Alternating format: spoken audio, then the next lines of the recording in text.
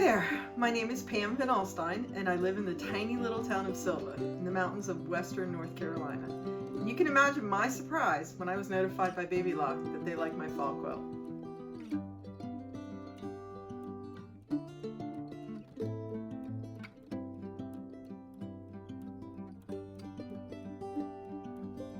Baby Lock asked me to do a quick little video telling you how I did my quilt. So here goes. I started doing my quilt when I purchased this pattern. In 2023, I decided it was time for me to do something for myself, and this was going to be the pattern I made for myself this fall. Very quickly, I'll show you where all of my work gets done.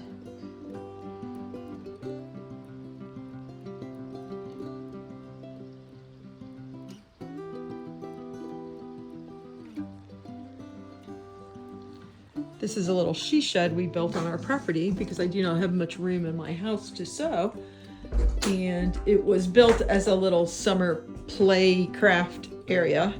But I have since moved here full time and we have had to insulate and heat so that I can work year round. This is my little spot of paradise and those are my kids. What I especially liked about this pattern was that this particular design, as shown, has a lot of purple in it, and I am a purple fan. So I set out to create this as uniquely as possible using a lot of purple.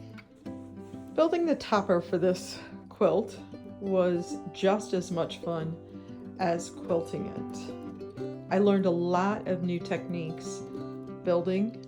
Fabric shopping was first. Fortunately, I had access to a fabric store here in western North Carolina, in Maggie Valley, in fact, that was going out of business and had tons of fat quarters.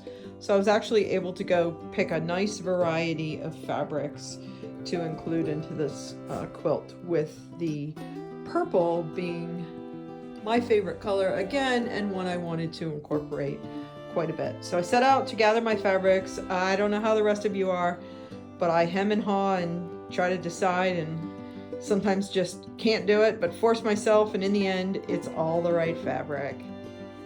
Once I decided on the fabric colors, putting it together was just as much fun as quilting it. I learned a lot of new techniques in this process.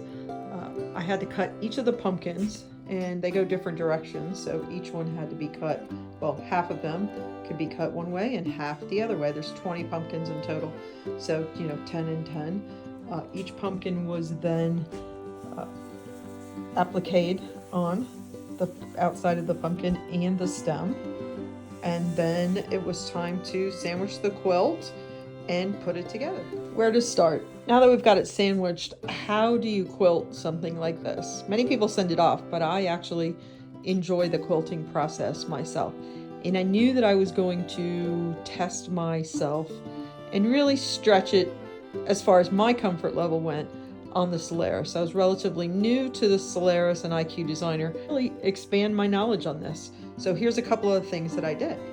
Using the IQ Designer on the Solaris, I scanned the design, boxed off the square, and applied the fill of the stippling stitch to go around the pumpkins. The pumpkin is scanning as a line design in IQ Designer. I really only want the outline of the pumpkin and nothing else. So we're going to quickly scan this. Bring it into IQ Designer. You'll see in 1 second what we do.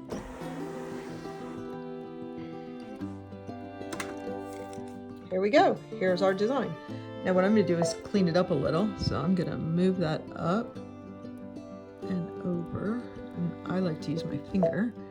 Get a little more accuracy, I think, than with the pen. I'm going to say okay. And now I'm going to actually set this.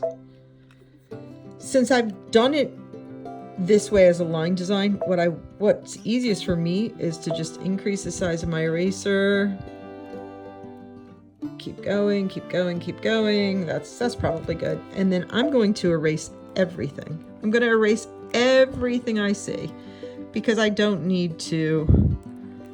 I could just leave it and clean it up, but for me it was easier to erase everything and start over because I still have the outline of the pumpkin underneath. So once I got my outline cleaned up, I got nothing left on here, then I'm going to increase it, and I'm actually going to start outlining this pumpkin. And I'm just going to do it as best I can. It doesn't need to be perfect, but I'm going to get it as best I can with no openings all the way around.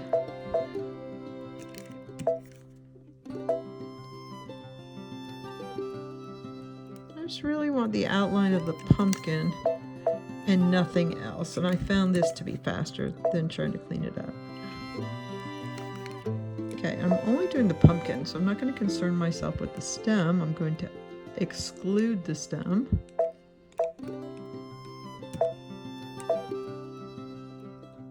There we go. And let's see what we got. We have a pumpkin. Now I'm going to fill my pumpkin. And I chose to fill my pumpkin with a design. This was the design I chose. And this design, when I chose it, was close to what I wanted, but not quite what I wanted. So I actually edited it a bit, and I increased the size by 30%. So that spread the lines out a little more. I think that's about what I got. And then I also rotated them occasionally. And then I was ready to go. Now this will convert to an embroidery pattern, and away we go. And it's ready to embroider. And you can see that's exactly what was embroidery. Okay, pumpkins are done. I have not filled in this area yet, and I couldn't decide what I wanted to do. And here the fabric was different throughout. The angles are different throughout. So what I came up with was just a design that was a straight stitch. So I used rulers going around, trying to end in as many pieces as possible, you know, as few pieces as possible. It goes all the way up the top. So these two are together, these two are together, these two are together. The edges were separate, but again, together, together, together, all the way through. So now the center of the quilt is done. I used a ruler to do this, just trying to perfect my skills there. Now it's time to do this little border. Fortunately, I have a husband who is familiar with palette design, so I was able to give him a line drawing of a pumpkin, which he was actually able to duplicate and just continue.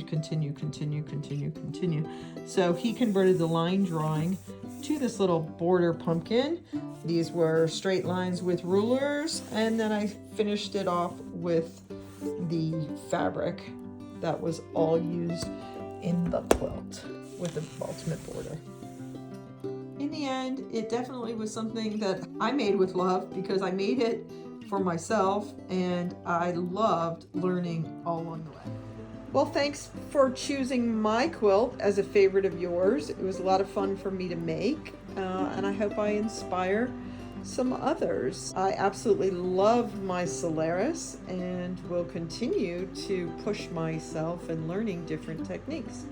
In addition to the pumpkin quilt, here's a picture of a sunflower quilt I made for myself last year, and a Christmas quilt I also made for myself.